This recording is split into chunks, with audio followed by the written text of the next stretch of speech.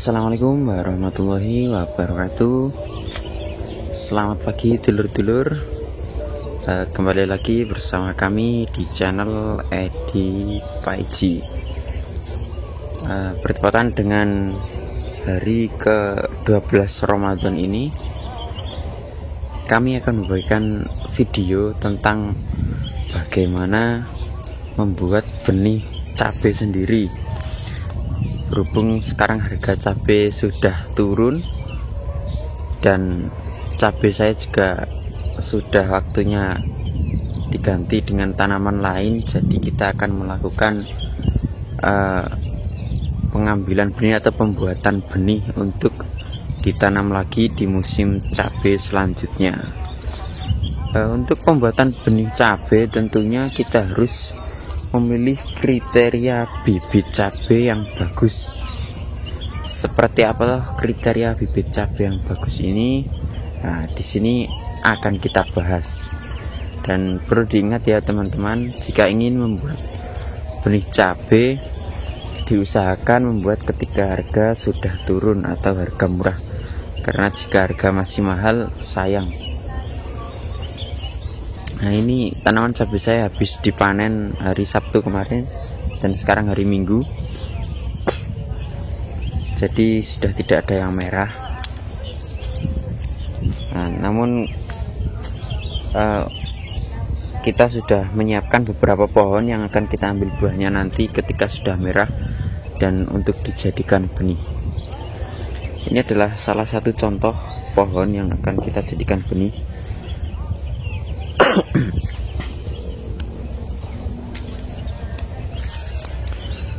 Kriteria pohon cabai yang bisa dijadikan benih adalah kita pilih yang buahnya lebat. Ini sebenarnya buahnya sangat lebat karena usianya sudah tua, jadi buahnya tinggal jarang-jarang, daunnya sudah pada rontok. Dan ini sudah cocok untuk dijadikan bibit karena di usia cabai yang sudah tua ini bijinya lebih banyak daripada cabai yang sedang produktifnya atau sedang yang masih muda.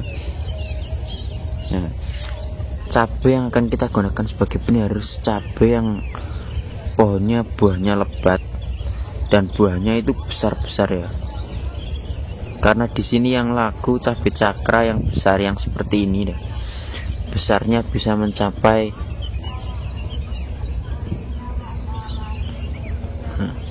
panjangnya bisa mencapai telunjuk jari atau jari tengah. Nah, ini besar-besar. Jangan memilih cabai yang buahnya kecil-kecil seperti, nah ini contohnya. Jangan memilih cabai yang buahnya seperti ini. Ini buahnya kecil-kecil.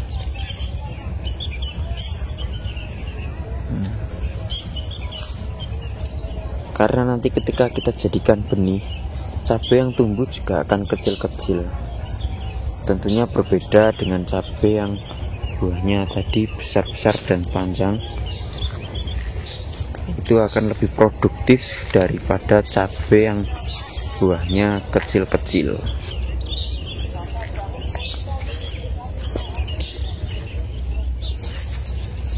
Dan untuk membuat benih cabai kita pilih buah yang benar-benar matang di pohon.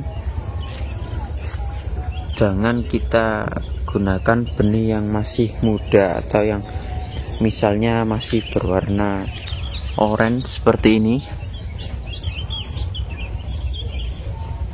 Ya, meskipun sudah matang tapi yang berwarna orange belum bisa digunakan sebagai bibit karena nanti kualitas benihnya akan kurang baik. Tidak seperti yang warna sudah benar-benar merah, karena benar-benar matang nanti kualitas bibit akan lebih baik dan insya Allah akan lebih tahan terhadap hama dan penyakit.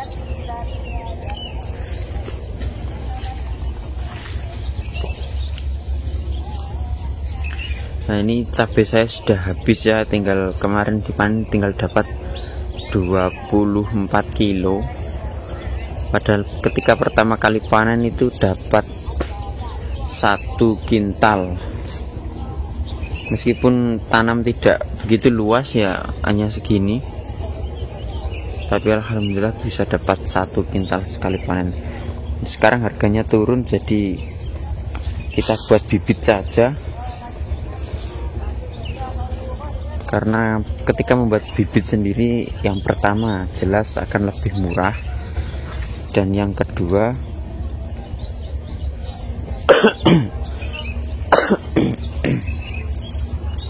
kita mendapatkan benih yang sesuai keinginan kita. Nah, ini juga bisa digunakan sebagai benih, buahnya lebat dan juga ukurannya panjang-panjang dan besar-besar. Nah, ini nanti kita tunggu merah, kita ambil dan kita buat benih. Di daerah saya cabai yang harganya lumayan mahal ya, cabai rawit jenis ini, cakra yang panjang. Kalau yang seperti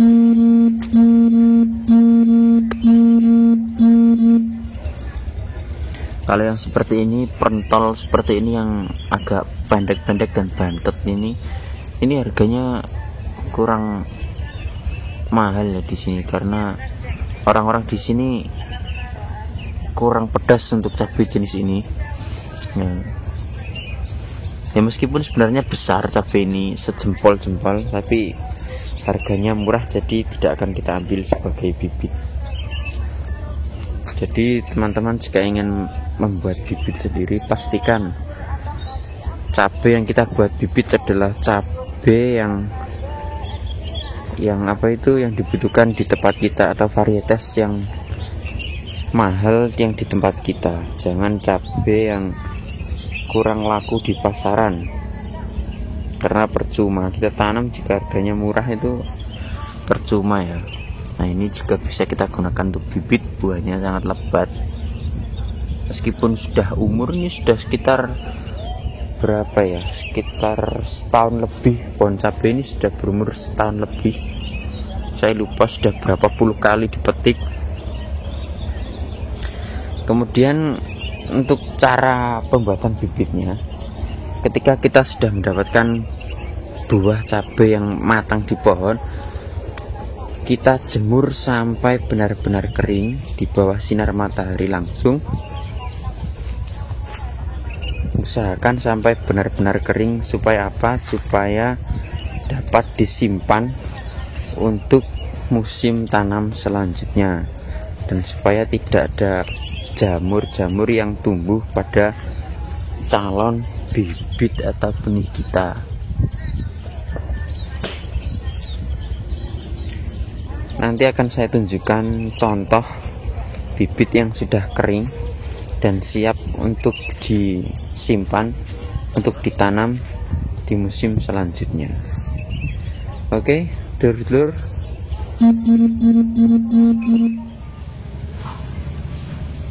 nah ini adalah bibit cabai yang sudah kering, yang sudah dijemur kurang lebih selama 1 minggu. Nah, ini yang akan kita gunakan sebagai benih nanti. Dan perlu diperhatikan untuk dulur-dulur jika ingin membuat benih sendiri, cabai yang digunakan tidak boleh cabai yang sakit atau cabai yang terserang hama. Misalnya cabai yang kering karena antraknosa, itu tidak boleh digunakan sebagai benih, karena ditakutkan nanti akan membawa bibit penyakit dan ditularkan kepada bibit-bibit yang lain. Nah, jadi cabai yang kita gunakan harus cabai yang sehat, yang matang di pohon, kemudian buahnya yang lebat dan ukurannya yang besar-besar. Tentunya dengan memilih benih yang baik, insya Allah nanti kita juga akan mendapatkan hasil yang baik.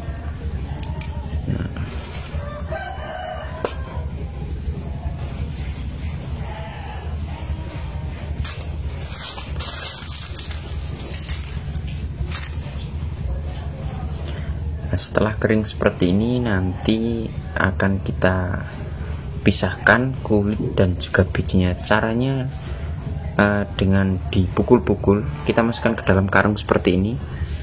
Nanti karungnya kita ikat kemudian kita pukul-pukul. Nah, dengan dipukul-pukul seperti itu nanti biji dan kulitnya akan terpisah sendiri, dan tidak usah khawatir nanti bijinya akan rusak, tidak akan rusak.